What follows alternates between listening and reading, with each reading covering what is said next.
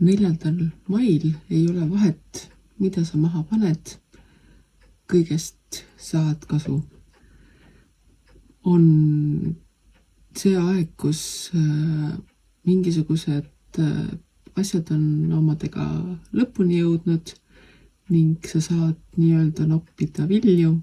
Samas on ka see aeg, kus on vaja midagi nii-öelda mulda pista. No tõenäoliselt mõned pistavad ka sõna otseses mõttes midagi mulda, porgandid või kurgid.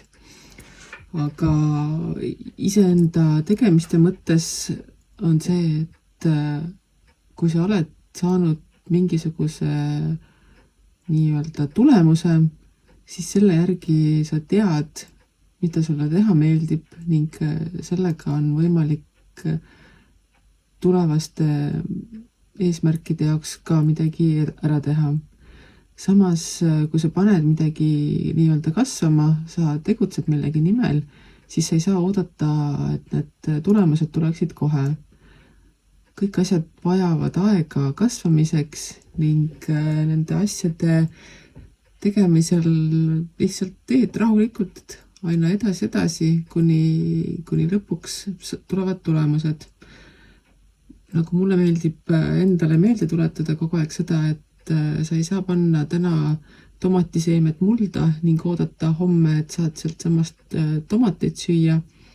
Ning samamoodi ei ole ka see väga mõistlik, et kui sa paned seemne mulda, iga päev torgid seda seemet, et vaadata, et kas ta nüüd on juba teinud midagi, kas sealt juba tuleb midagi.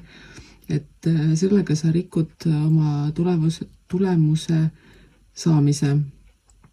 Igal juhul tegutse rahulikult ja kui seal eelnevate tegemiste tulemusi täna ei ole, siis kõik see, mida sa täna paned hakkama, on igal juhul saavutamas tulemusi, aga nende tulemustega pead rahulik olema ja mitte kiirustama.